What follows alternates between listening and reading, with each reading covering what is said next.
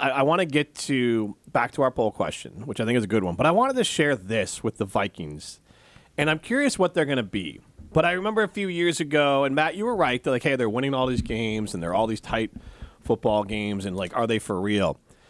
Through 5 games, only the Saints, who won the Super Bowl in 2009, the 1984 Dolphins, who lost the Super Bowl, and the 2023 49ers, who lost the Super Bowl, have trailed less time since the 1970 merger through 5 games. The Vikings have only been behind, the Rams as well. The Vikings have only been behind 3 minutes and 26 seconds of gameplay the entire season this year. They're also a very weird team that it feels like they are very much a first quarter / first half team. Like if the right team comes along and just has a killer third and fourth quarter, I think that's the secret to beating the Vikings. Which, I mean, we saw with the Packers last week. What is that called? Is that like just good game script? And like they have a plan and they execute it, and that's what's getting them really good? Or is there more to it than that? I don't know if they get comfortable, which is very easy to when you're up, when you're building a lead and whatnot, but it just... They're a weird team, and I'm not discrediting them. I want to add to this because it's just a little bit deeper on the Vikings, but it involves the Packers and the Vikings and Bears as well. The Packers lead the NFL with 14 turnovers. The Vikings are second with 13 turnovers. Yep. The Bears are 11th with 11 turnovers from their defense. The Vikings lead the league at 17.5 points per game allowed, and the Bears are 4th at 20 points per game allowed. The Packers are 8th at 22.5. So the 3 top defenses in the NFC might sit in order: Vikings, Chicago, and Green Bay, which is fascinating when you account for the turnovers and the points per game. I think I would probably go in that order. But it is a division that I think I shared earlier. It's the best division in football so far as the games won by the teams within it. I believe they only have 5 combined losses, number one, and the only division that does not have a team with a losing record in it. So this is no longer, as of today, we'll have to see how the division plays out. There could be injuries or whatever, but this isn't Aaron Rodgers running through the softest North. You can imagine that winning the division this year and maybe going forward for a handful of years, a lot more difficult, but that could set you up for better success in the playoffs. Well, that was your whole argument a couple years ago, is that it wasn't an argument, it was more like a philosophy. Like if you were challenged more in your division, you would be more ready for those challenging games in the playoffs. And I don't think you're necessarily wrong. I really like walking through the division and guaranteeing a playoff spot. Like, that's pretty nice. It was very nice with Rodgers for a long time. That said, Ryan, what is it? Steel sharpens steel? Steel sharpens steel, Matt. Yes, thank you.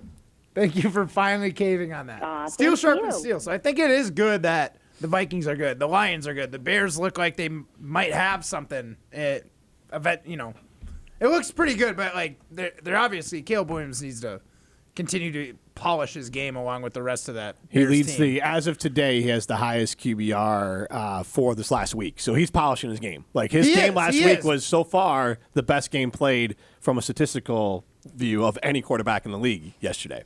So it's polished. It's not done being polished. I think there's a case to be made that all of the quarterbacks in the NFC North need polishing. I think that there's a very real case of Goff, that. perfect game against, was it Thursday night? It is interesting, though, that Darnold and Goff seem similar, that they are system QBs that are excelling in great systems with great players around them to kind of allow them to run this. Is it fair to still call Goff a system QB with what he's done these last 2 years? Has he surpassed system QB and he's just a good quarterback now? Well, I say it like this, that I don't think you could pluck him into any system. He's running it fantastic. I'm not saying he's a game. I say system QB, I think that's a step up from a game manager. He is perfect in this system. He knows this system and this offense. Fine. He is a savant in this offense. In this offense, he knows where everyone's supposed to be. You give him a clean pocket, and he can pick you apart. He can't be a game changer like Love. I'm with starting his physical to think abilities. that he could be pretty good in pretty much any offense in this league. That's true. What I'm getting at. Yes. Is he's better than just a system guy. If he's in the wrong system, he's not going to be good. I think Goff is better than that. That's fair. Which is what? Is that a step above a game manager? where you can go in. Because to me, I look at a game manager and I'm like, you can go play with any team and just be able to control what you can control because of the people around you. I think he's even a step up from that. Okay. I think he's better in a game manager. JJ in Poinette says, another saying, the hottest fire makes the strongest steel. Daniel Landscaper says, positive, and this goes back to our poll question, positive is that Xavier is worth every penny we paid him, field-tilting player. Negative is that we did everything we could to give that game away. Need to clean that up. Then it goes to Reed and then Love. I guess what I was trying to get back, that Love is proven to be, he's still got a lot to prove. Right. Let's be fully honest. But he has shown more than other quarterbacks that he has the ability to be a game changer, a playmaker. Mm-hmm. And Goff and Darnold don't necessarily give off that aspect of it. But Caleb is a guy, it's very early. He's not to Love's level. But you could have two guys in Green Bay and Chicago who are going to be similar in the idea that they are playmakers. Now, they make the plays with their arms, but they are a little bit more gunslingers than, let's say, Goff and Darnold. And it'd be really fascinating and I think fun to have a division where you could have 4 fringe Pro Bowl, and depending on what Love continues to develop into, maybe MVP candidate. And we have far away from knowing what Caleb would be, but you could have Darnold and Goff being like fringe Pro Bowl guys, or Goff being a regular Pro Bowl guy, and we don't know the ceiling on Love yet, and we don't know where the floor or ceiling is on Caleb, but it is something that could be really. This might not be a one-year wonder. I don't think it's going to be. Because J.J. McCarthy's a guy that I think can run the offense in a year or two similar to how Darnold will run it.